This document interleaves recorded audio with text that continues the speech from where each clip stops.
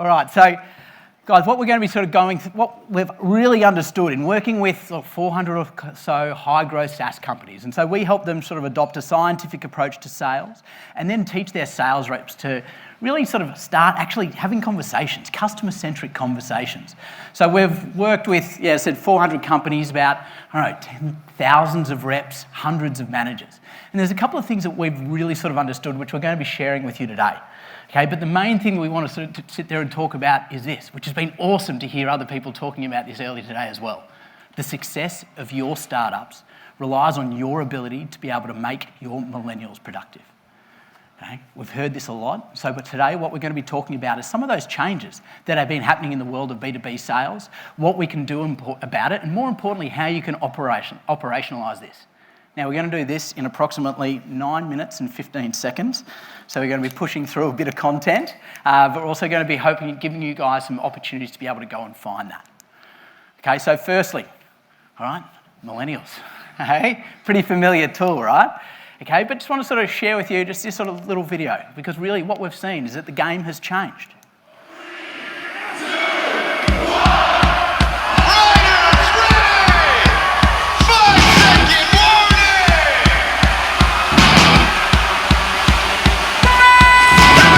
Nervous waiting for that start, but look at this, it's a great one by Cameron Nas. Dean Moriarty right there with him. Dean pulling the early lead. Wow.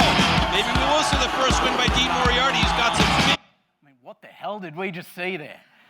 The reality, when we talk about the game has changed, that there is crazy. People hurtling down ice over this crazy hilly course, strapped on skates in a full contact sport. Right? That's how millennials are playing. All right? And they're not playing the same old game of sort of croquet and cricket that we're used to. Okay? The reality is, and B2B sales has changed as well. We need to be doing things at higher velocity. Okay? We need to be, when in SaaS sales, we've got to realise that our revenue doesn't come from that point of close.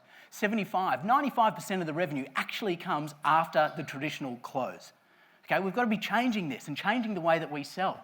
If we take it a little bit further, okay, we look at how we've been measuring performance. It's all based on volume metrics. Let's go work harder. We've got to be looking at, let's start working smarter, okay? Let's talk about some real examples for that. Person on the right, okay, crazy hair rock star. Look at that, 10 deals, 80K in ARR, shorter sales cycle. Person on the left, lagging, okay? Not quite sort of cutting the mustard. But when we look about it a little bit further, okay, we actually look at what drives success in a SaaS business. Okay, we see this person on the left, they're actually only churning 10% of their customers. They're actually coming on board. They're driving real value, okay, driving real LTV. So which one do you want on your team? One on the right or the left? Okay, smart people say the one on your right. So the other one, and this is one, is something that's quite known for a lot of people is that, missing targets has just become the norm. Okay, the big reason for this is for years, all right? We've been building these sort of sales plans based off people hitting 80% of quota, which worked really, really well when we had a very, very sort of stable market we were selling to and we had really experienced reps. Okay, we could actually model this out. But what's actually changed is that when we've got people with smaller experience, we're finding that they're actually they're doing less. So far more people, individual contributors, are going and missing their targets. And actually what we're seeing is that there's a drop by a much bigger margin. And to compound that even further, someone who crushes it 1 month can go from the penthouse to the doghouse very, very quickly. Okay? There's these huge changes, all right? Another thing that's another one of these big impacts, which means we've got to start to adjust. And the other one, and this can be a little bit controversial considering that we do a lot of sales training, but training doesn't seem to actually improve results. Right? We spend time and effort in actually giving people the skills, but what are we getting out of it? And the reality is that the main result a lot of people are looking for in sales training is around certification. Okay? Ultimately, we're teaching people to forecast better a lot of the time, but it doesn't actually generate an increase in sales. So, what the hell can we do about that? And so to talk you through that, I'm going to sort of give you the story about Magic Castle Hotel in LA. Who's been to LA recently? A few people? Okay, sometimes if you've been on TripAdvisor, when you've been going there to book, I don't know, like I was, a little confused as to why this hotel, Canary Yellow Hotel, horrible pebble wash around the pool. It's really uncomfortable underfoot. Okay? How this is number 2 on TripAdvisor. Was it the bedrooms? Nah, not really. They're pretty uninspiring. But what it was, okay, was this magical little thing on the on your right-hand side here, the popsicle hotline. Okay. What happens? You pick up that phone, someone actually goes, okay, what flavour popsicle would you like? 2 minutes later, a butler runs out, with silver service, and actually delivers you your popsicle wherever you are. This is an amazing experience, people. Okay? It absolutely blew their mind how a subpar hotel could actually transform to be on the number 1 rating sites for hotels is number 2 in one of the sort of luxury capitals of the world. So what we need to be doing is actually starting to think, find your popsicle moment in the B2B sales. Okay? Some of you might be thinking what the hell that could be, but give you a quick example. Just show of hands, and keep your hands up after I answer the question if you've been on the receiving end of a software demonstration recently. Okay. Keep your hand up if you have not been bored shitless.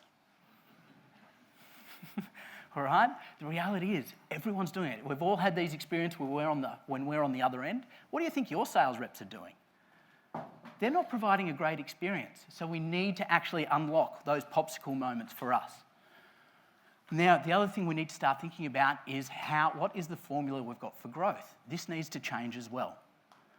Traditionally, like we ask a lot of sort of VPs of sales, what's the one thing you need to be able to do to double your number? Double my leads, double my sales team. It's a really common response. But we've actually got to start thinking about, is there a better way to be able to work smarter? And so what we actually started doing was when we go and look at those really optimizing around those key moments. So in a lot of SaaS businesses, we really find that there's 7 key moments that you can really impact your customer. Now with those, if you're actually able to improve those 7 key moments just by 10%, you do your demos 10% better, convert that just a little bit higher, all right? You accumulate those, you actually 2x your results. Okay, so it's really difficult. We've got to start thinking about small improvements over time. Talking about time, all right, let's get stuck into actually how you do it. Okay, this is sort of really important because we've been hearing a lot of awesome things from some of the vendors and speakers today about changing the way in which we sort of manage and enable people. Here's sort of 2 really sort of quick things we need to sort of start looking at. Firstly, we need to give people turn-by-turn directions. Okay, not just sort of give them a phone and set them out into the wild and say, go figure it out. I hired you because you're smart.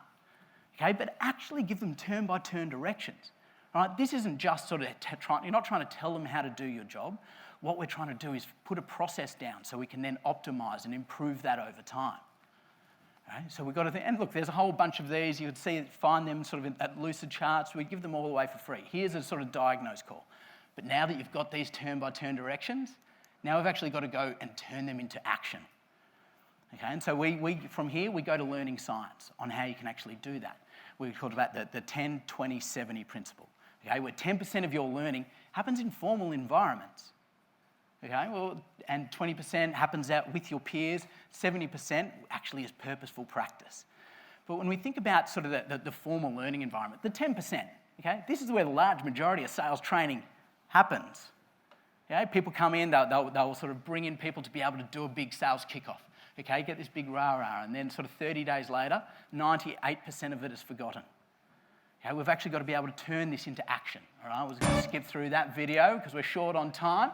But so this is why it's super important to rely on the next 20%. How do we actually stop our managers being the bottlenecks of our coaching? How do we enable the whole team to be able to do that? And we do that by utilising the turn-by-turn directions and doing a lot of role plays, a lot of purposeful practice. Okay, I say purposeful because a lot of role plays, they're really boring for everyone. Like they just do this sort of 10-minute fake interaction at the end of it. Everyone sits around and goes, yeah, that was really good. There's no actionable feedback there. Right? There's a great quote from Bruce Lee. He talks about, I fear not the man who practices 10,000 kicks. I fear the man who practices 1 kick 10,000 times. So we've got to be thinking about how are we spending the time, the narrow bits of time to be able to change our reps' behaviour, okay, enable them to put themselves on a path to succeed. Okay, one little bit of training, a flash in the pan, is not going to do it. It's not going to help them achieve that mastery. Hey there, I'm Julie. You can watch plenty of these cringy role plays a little bit later. All right, you can go visit us on our YouTube channel. Oh, here we go, I went back. Very quickly, very importantly, right, we talked about that 70% where the large majority of learning happens. All right, needs to happen in real life. Okay, a couple of things I really want to lead with here. Okay, we've got to follow a proven blueprint. All right, otherwise people are just coaching on opinion. Okay, the second thing, and you guys can read the rest, the fact that as leaders, which you guys hear, you've got to lead by example. And that's not by nailing everything, that's by failing early. Showing people how they can fail and then go and then take that coaching to be able to improve, which you're about to hear more on sort of that emotional intelligence next. So guys, quickly in summary, all right, we've got some really sort of systemic symptoms of what some of those challenges are. Okay, but if we focus on the key moments, start applying smarter formulas and then adopt sort of some learning science, we can actually sort of turn this around to be able to achieve that 2x productivity. Thank you very much for your time.